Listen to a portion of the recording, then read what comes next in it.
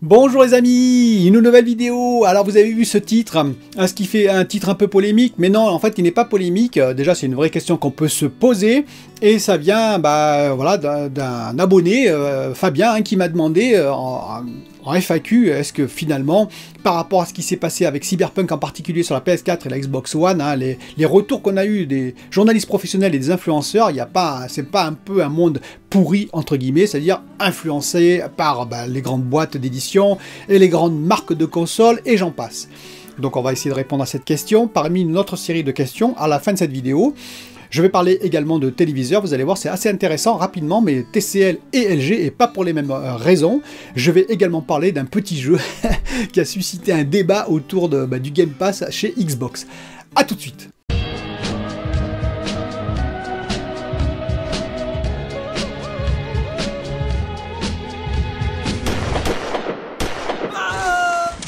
Parlons de Galgun Returns. Oui, donc Galgun, c'est un jeu qui est sorti, je crois, sur 360 et PS3, peut-être qu'il date d'avant même. Moi, j'y joue pas du tout. C'est un jeu japonais, c'est un rail shooter. Voilà, donc rail shooter que je connais peu aussi. Enfin, j'en ai sans doute joué quand j'étais plus jeune, mais vous tirez, voilà, vous shootez, grosso modo, sur des personnages qui arrivent. Et là, en l'occurrence, c'est plutôt un jeu qui va parler de lycéennes, de jeunes étudiantes, excusez-moi, de jeunes étudiantes. Vous savez, c'est un peu à la mode manga, à la mode japonaise. Et qu'est-ce qui suscite débat? C'est un jeu où, on va dire... on voit des petites culottes en l'occurrence de temps en temps, d'après ce que j'ai compris. Alors c'est pas du tout un jeu porno, rassurez-vous, on n'est pas sur Pornhub là par exemple. Non, c'est un jeu, voilà, un peu léger, on va dire entre guillemets. Et ça a posé problème apparemment à Xbox parce qu'ils vont pas le mettre sur le Game Pass. Enfin, ils vont pas le mettre disponible pour les Xbox Series X, S et j'en passe, et même One, etc. Écoutez, je voulais en parler rapidement parce que je peux comprendre la difficulté de Xbox vis-à-vis de la société actuelle qui on va dire, qui s'enflamme maintenant beaucoup et qui s'auto-censure beaucoup, entre guillemets, parce qu'évidemment, ça met en jeu des jeunes femmes, voilà, donc on peut dire l'âge légal, où est-ce qu'il est, etc. Vous voyez ce que je veux dire? Ça met en jeu aussi la vision de petites culottes, peut-être un petit peu érotique, d'un jeu érotique qui serait accessible par tous, entre guillemets, sur le Game Pass. Mais bon, est-ce que c'est pas un petit peu exagéré quand même? Est-ce qu'on va pas un petit peu loin? C'est la question que je me pose. Moi, j'y joue pas à ce type de jeu, mais je vous le demande justement en commentaire, qu'est-ce que vous en pensez? Parce que personnellement, moi, voilà, je trouve ça un petit peu exagéré en termes de censure. Donc, je voulais revenir sur cette affaire rapidement. La deuxième affaire est un peu plus sérieuse, par contre, c'est TCL. TCL, vous savez, les téléviseurs, ils risquent d'être poursuivis aux États-Unis par, alors l'administration de Trump, elle va pas être là très longtemps, mais par l'administration américaine, on va dire, parce que pour affaire d'espionnage. Ça vous rappelle pas une autre histoire? Oui, Huawei, les mobiles Huawei, qui ont été poursuivis et interdits aux États-Unis, entre guillemets, enfin, on leur a interdit, d'ailleurs, on les a interdits tout court, et on a interdit que Google mette leur système Android d'exploitation sur ces téléphones. Et ça va beaucoup plus loin parce qu'il faut savoir que par exemple il y a des machines américaines qui sont utilisées pour le process dans toutes les fabs du monde, il y a des technologies américaines qui sont utilisées, il y a même des brevets américains qui sont utilisés, tout ça c'est interdit d'être utilisé pour Huawei. Et oui, donc ça veut dire que TSMC par exemple fabriquait une puce spécifique pour les Huawei, ils ne pouvaient plus la fabriquer. Et oui, parce qu'ils utilisaient des machines de process américaines. Vous commencez à comprendre le problème. Donc TCL, bon, c'est le début, ils se défendent bien entendu, je pense qu'il va y avoir un changement d'administration, peut-être que ça va se calmer, vous voyez ce que je veux dire, Trump va bientôt partir, mais quand même, c'est assez intéressant. Parce que TCL, du coup, je pense, vont se dire, oui, vraiment, on est sur le marché américain, mais c'est un marché qui est plutôt volatile, et on va intensifier, comme je l'ai expliqué, en Europe, parce que là, c'est un marché qui est peut-être un peu plus serein, entre guillemets, et donc on va pouvoir vraiment s'installer en Europe, et on veut donc croître en Europe, comme le fait Hisense actuellement. Donc, Minilay, tout ça, je vous en ai déjà parlé, donc c'est assez intéressant. Et on en vient à LG. LG, oui, je vous en ai parlé, avec les OLED, vous savez, qui vont avoir 1000 candelas par mètre carré, les futures dalles, qui vont augmenter, donc ils ont trouvé un système de refroidissement qui permet d'éviter les brûlures, parce qu'en fait, pourquoi ils n'augmentent pas plus, on va dire, en termes de luminosité? À cause des brûlures, à cause du marquage. Et là, ils ont un système apparemment qui permettrait de gagner un peu plus que 10% pour vraiment intensifier encore la luminosité de leur écran OLED. Très bien, mais sauf que LG, qu'est-ce qu'ils vont faire aussi? Parce que vous savez qu'ils font du LCD classique, un nanocell, eh bien ils vont faire du Mini LED, je vous l'avais dit que c'était une technologie qui allait révolutionner le monde du LCD et qui allait vraiment arriver en masse en 2021. Et bien apparemment c'est le cas pour LG qui a annoncé qu'ils allaient faire des écrans qui iront jusqu'à plus de 2000 zones de local dimming par groupe de 12, je crois 12 mini LED. Comme TCL, comme va faire Hisense, comme va faire d'autres marques. Alors Samsung, ce sera plutôt du micro LED, comme je vous ai expliqué, mais voilà. On va dire on est vraiment dans une phase de nouvelle technologie pour le LCD qui arrive en 2021 avec le mini LED, et je trouve ça hyper intéressant. Vous verrez, ça va amener beaucoup de choses en termes de blooming, peut-être en termes de prix aussi, on verra, mais en termes de blooming, etc., de pic de luminosité, ça sera très intéressant l'année 2021. Et on en vient aux questions des abonnés, dont la principale question, je l'ai mis en premier, hein, ça va être un peu le thème central de cette vidéo, c'est Fabien qui l'a posé, est-ce que finalement, vu l'affaire Cyberpunk qui s'est passée, je vous rappelle, hein, avec la PS4 et la Xbox One, sortie 10 décembre, on s'est aperçu que le jeu était assez injouable, on va dire, sur ces deux consoles, en tout cas sans les premiers patchs. Est-ce que finalement, les JV professionnels, hein, donc les journaux professionnels de jeux vidéo, ainsi que les grands influenceurs, étaient-ils pas au courant, puisque certains avaient reçu le jeu 2 ou 3 jours avant, sur console PS4 ou Xbox One? Alors, je vais dire plusieurs choses. Premièrement, pour ce cas spécifique, je pense que ils étaient coincés. Je pense qu'honnêtement, là, je vais prendre leur défense, pas tout le temps, je vais prendre leur défense dans ce que je vais dire par la suite, mais là, je suis obligé de prendre leur défense. Je pense qu'ils avaient un accord de confidentialité, hein, comme Xbox quand ils avaient donné leur console, comme la PS5 quand ils avaient donné leur console, et que si tu le brises, eh ben, tu te prends des avocats sur le dos. Je pense que même si tu es un grand influenceur, que tu as quand même quelques centaines de milliers d'abonnés, t'as pas trop envie d'avoir un procès sur les fesses, quoi. Il faut être honnête, hein. Donc, non, oui, ils étaient coincés, qu'est-ce que tu veux que je te dise, Fabien, c'est un peu comme ça, je pense, hein, réellement. Je pense que c'est pareil pour les journaux, hein, les journaux JV, ils ont peut-être vu ça, ils ont dit, oula, catastrophe, mais voilà. Alors c'est vrai qu'ils ont donné des grosses notes, en particulier sur le jeu par la suite, alors qu'ils ont peut-être pu la baisser en se disant, ok, on va baisser la note PC, hein, parce que c'était sur PC que ça a été jugé au début, parce qu'on sait très très bien qu'est-ce que ça va donner sur PS4, Xbox One. C'est vrai, mais en même temps, bon, est-ce que tu triches pas un petit peu ? Je reconnais que là, c'est assez flou, hein, quand même, l'affaire. C'est assez complexe. Moi-même, je sais pas ce que j'aurais pu faire pour sortir l'info, ou alors, à la rigueur, ne pas sortir l'info du tout. C'est-à-dire, je préfère ne pas donner de notes pour l'instant. Vous comprendrez pourquoi plus tard. Peut-être. Mais voilà, donc ça, sur ce plan-là, c'est un peu spécial. Par contre, est-ce que les JV professionnels et les influenceurs, finalement, on va dire, ils se laissent pas influencer certaines fois, voire même, il y a peut-être des magouilles internes? Je vais te répondre, c'est comme dans la vie, c'est comme partout, oui. Il y a sans doute quelques influenceurs, il y a sans doute quelques JV pros qui ont à des moments donnés, ont débordé, oui. je le pense sincèrement. Maintenant, est-ce qu'il faut mettre tout dans la même case? Je dirais non. Voilà, c'est tout.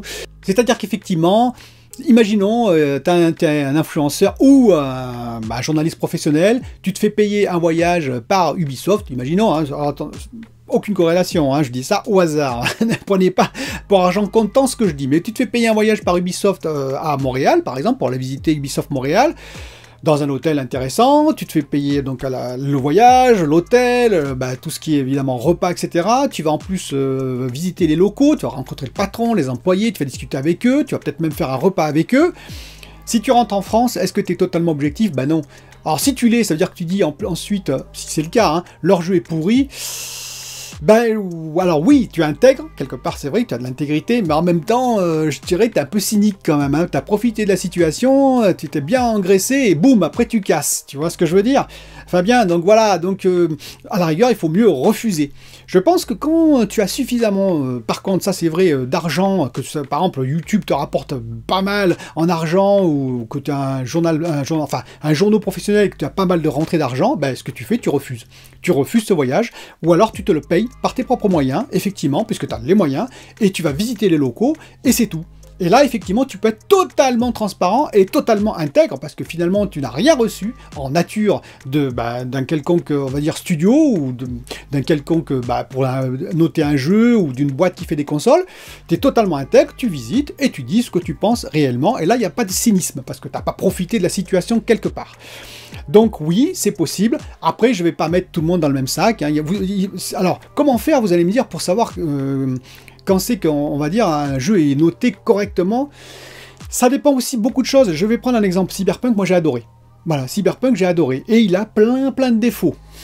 Mon fils l'a vu, hein, récemment il a même joué, mon fils voilà, de 23 ans, qui a beaucoup joué à GTA V, énormément. Quand il a eu ça, il a dit, mais je vais être honnête avec vous, hein, c'est ses premiers mots. Il a dit, mais qu'est-ce que c'est que cette merde? Voilà, il a dit ça comme ça. Alors oui, c'est beau graphiquement, mais lui, il voulait faire des actions à la GTA V, vous savez, aller tirer sur les gens, ouais, oui, je sais, pour avoir plein d'étoiles, vous savez, avec la police. Et ben la police, elle apparaît de nulle part, elle vous tire tout de suite dessus, puis elle vous oublie 2 minutes après. Il y a plein de bugs, voilà, il a trouvé plein de bugs, lui, on va dire, en une demi-heure de jeu, sur la gestion, on va dire, l'IA, par exemple, voilà, on la connaît, l'IA de Cyberpunk.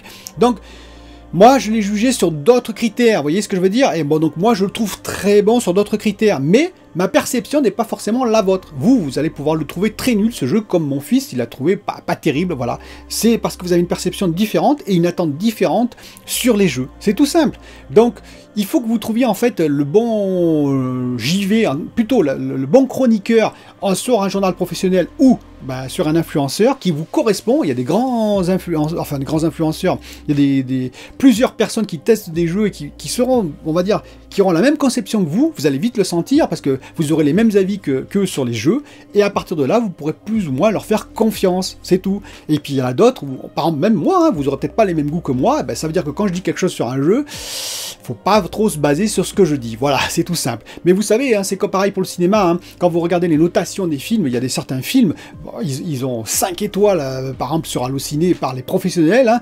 les chroniqueurs professionnels, et vous vous retrouvez à 3 étoiles par les spectateurs. Et inversement, des fois, ils ont 2 étoiles et demie par les professionnels, et ils ont 4 étoiles et demie par les, on va dire, par les spectateurs comme nous.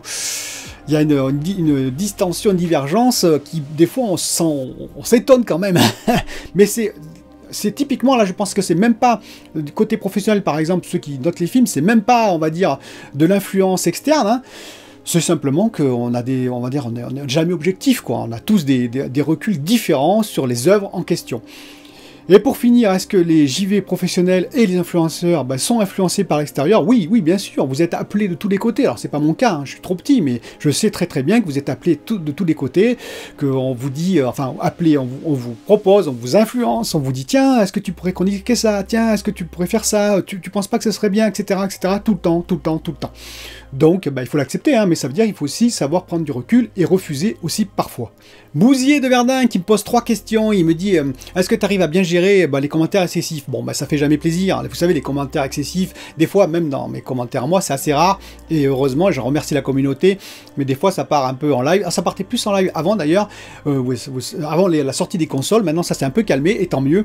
Vous savez, l'Xbox Series X c'est mieux que la PS5, la PS5 est mieux, donc ça, on a le droit de le dire. Si on le dit calmement, pour des raisons, on va dire, subjectives, hein, toujours, mais on va dire objectives aussi, mais après, ça partait en insultes. Voilà, et là, ça devient difficile. Moi, je trouve ça pas terrible, quoi. C'est pas la peine de s'insulter pour des consoles, très honnêtement, ça sert à rien, ou pour des cartes graphiques, ou pour des PC, ou pour quoi que ce soit, d'ailleurs, hein, sur Internet, il y a beaucoup trop d'insultes, je trouve. On peut avoir un débat posé et calme, mais bon, je reconnais que c'est difficile pour certains. Mais bon, je gère, voilà, il y en a peu, donc ça va, pour l'instant, je n'ai pas à me plaindre de ce côté-là. On verra dans le futur, s'il y en a beaucoup, il faudra que je gère différemment, c'est évident. La deuxième question qu'il me pose, il me dit, j'ai un français soutenu, enfin soutenu, il faut peut-être pas exagérer, hein. Il me dit, j'utilise peu d'anglicisme, est-ce que c'est volontaire ou est-ce que c'est naturel? Bon, c'est naturel. Déjà, mon anglais est pas terrible, hein, comme certains le savent sur cette chaîne, et en plus, oui, voilà, je parle français, je parle français, c'est tout. Je cherche pas à utiliser des mots spéciaux en anglais, parce qu'il faudrait utiliser des mots spéciaux en anglais, voilà. Et la dernière, alors c'est plus une remarque qu'il m'a fait, mais je voudrais y répondre. Il m'a dit on voit que tu apprécies beaucoup Lusty, tu le défends. Moi personnellement, je l'aimais beaucoup au début, mais maintenant je trouve trop qu'il fait du magazine People. Alors je dirais que Lusty, c'est particulier. Déjà, il fait ce qu'il veut, voilà. Alors il m'a dit je voudrais pas que tu te froisses avec lui ou avec d'autres en me répondant à cette question. Déjà, je réponds tout à fait naturellement. J'ai aucun problème, je me froisserai avec personne puisque je n'ai de connaissance avec personne. Deuxièmement, je dirais que Lusty, comment dire, je trouve magnétique ce youtubeur. Je ne le connais pas dans la vie, hein, je vous répète, mais je trouve il a une voix posée, il a un rire exceptionnel, hein, et puis il a un sens critique quand même qui est pas si mal que ça, il faut reconnaître.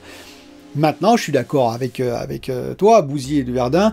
Je dirais que je m'intéresse absolument pas à beaucoup de sujets qu'il fait actuellement. Voilà. Parce qu'effectivement, il dérive un peu, mais c'est son droit. C'est son public, il a un public qu'il apprécie énormément pour tout ce qu'il fait, et sur tous les sujets qu'il va traiter, et ben voilà, il a raison de continuer, je dirais, après tout, si c'est le truc qui lui plaît vraiment, s'il fait ça vraiment par passion, on va dire, si, bien entendu, hein, il gagne de l'argent, faut pas rêver non plus, mais s'il fait ça par passion, et qu'il aime ça, et qu'il aime ce qu'il fait, et que les sujets qu'il traite, il aime les sujets qu'il traite, bah écoute, j'ai pas de problème avec ça, voilà, c'est tout ce que j'ai à dire. Il a l'air de bien prendre plaisir à traiter certains sujets, il rigole beaucoup, bah, pas en direct, mais presque, on va dire, bah, qui continue, voilà, après, à chacun d'entre nous d'apprécier ou pas, et de regarder ou pas, voilà, c'est tout. Blog High-End, définition qui me dit... Alors déjà, j'ai passé apparemment certaines de ces questions à la trappe, mais qui les repose, hein, parce que je les ai pas trouvées, très honnêtement. Il me dit, à quand un t-shirt BBG? Bon, je pense que là, vous avez vraiment le temps avant d'avoir un t-shirt BBG. Hein. Désolé, mais pour l'instant, non. Damien qui revient aussi sur ma dernière vidéo et qui parle d'Ada à nouveau, puisque c'est également un langage de programmation. Hein, c'est Augusta Ada King, je vous rappelle, hein, la comtesse de Lovelace. La première, on va dire, codeuse, hein, donc j'en ai parlé dans ma dernière vidéo, regardez-la si vous voulez en savoir plus, et il me dit, est-ce que tu as touché au programme Ada? Non, je n'y ai pas touché, honnêtement, j'ai fait pas mal de programmation dans différents programmes, mais je n'ai pas touché à ce programme-là. Black Air qui me demande, est-ce qu'on aura des GPU inférieurs à 2 nanomètres? Grosso modo, 1 nanomètre. Oui, bah je pense que oui. Donc le GAFIT, hein, je vous ai expliqué dans une autre vidéo, je la mettrai à la fin, comment ça marche. Hein, donc on va dire la verticalisation des transistors qui permet effectivement de réduire encore la taille des transistors et qui permettra ainsi de continuer dans la voie de la réduction des transistors. Eh bien oui, ils ont déjà un plan pour faire du 1 nanomètre TSMC, donc ils vont y aller, et donc oui, on aura probablement des GPU et des APU et des CPU, et peut-être même un jour des mémoires en 1 nanomètre. Donc tout à fait. Barry qui me demande, le DirectX 12 est installé, enfin, est disponible dans la Xbox Series X et S, entre guillemets, est-ce qu'il sera utilisé? Oui, il sera utilisé, alors on va dire, c'est comme tout, hein.